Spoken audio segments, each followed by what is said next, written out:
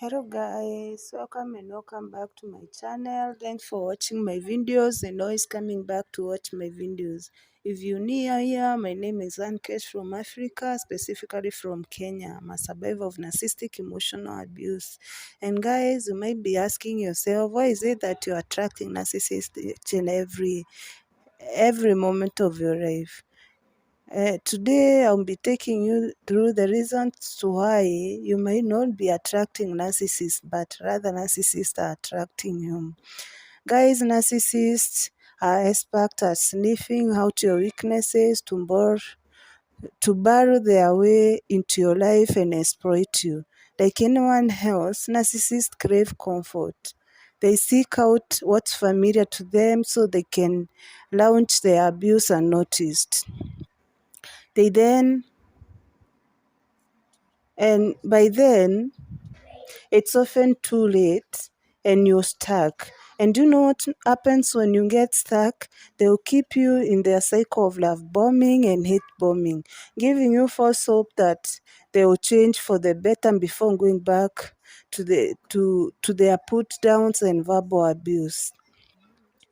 You can't identify narcissist unless you know what you're looking for, and the narcissist relies on your ignorance to solidify an emotional connection in the early stages of a relationship.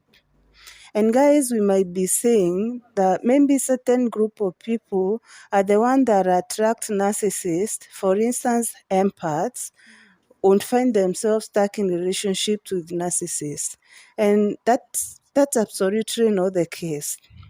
Everyone is at risk of narcissistic abuse because of a phenomenon called repetition compulsion. Guys, repetition compulsion is a desire to return to an earlier state of things. This is a recognized tendency by psychologists where humans tend to be drawn to situations that trigger unresolved traumas from their earlier lives. A child who has abusive parents may later be repeatedly drawn to abusive partners. Someone who was often abandoned may be drawn unconsciously to people who will become close to them and then suddenly detach and leave.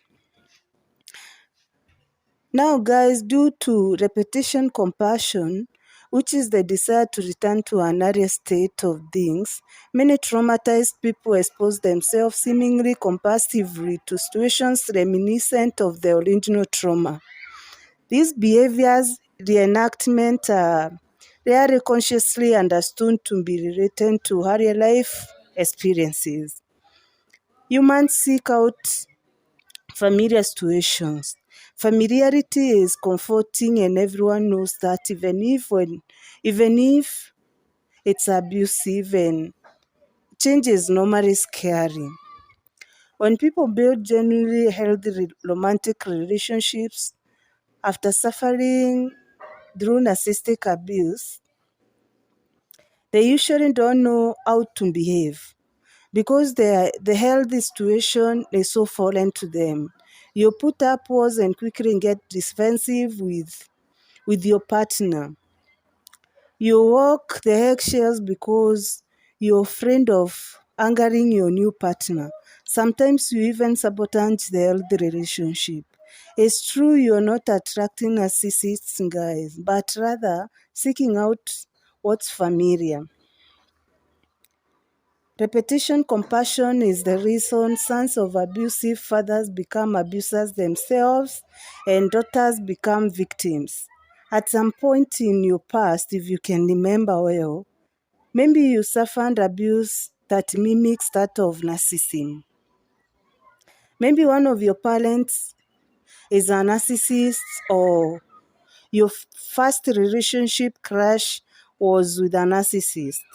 Maybe you've always been a caregiver type and you feel it's your duty to nurture and guide and help narcissists change into their true ways or true selves.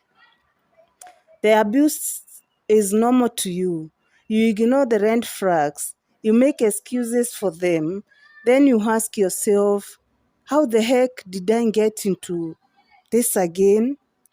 And And now, guys, as I come to an end of today's blog, I want everyone to understand that it's not your job to fix anyone.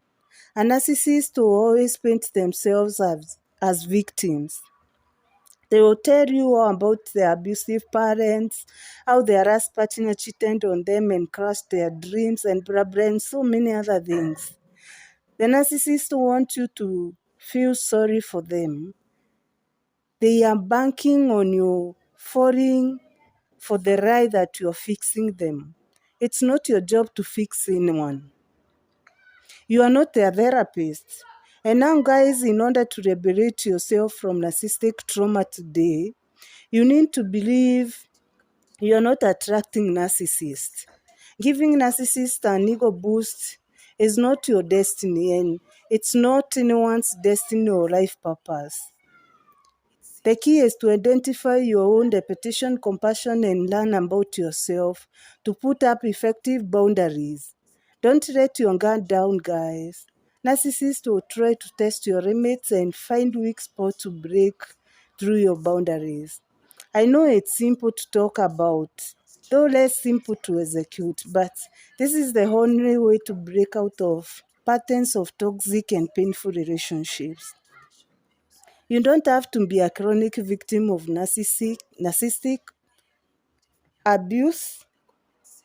It's not easy, but you can make it out stronger than ever before.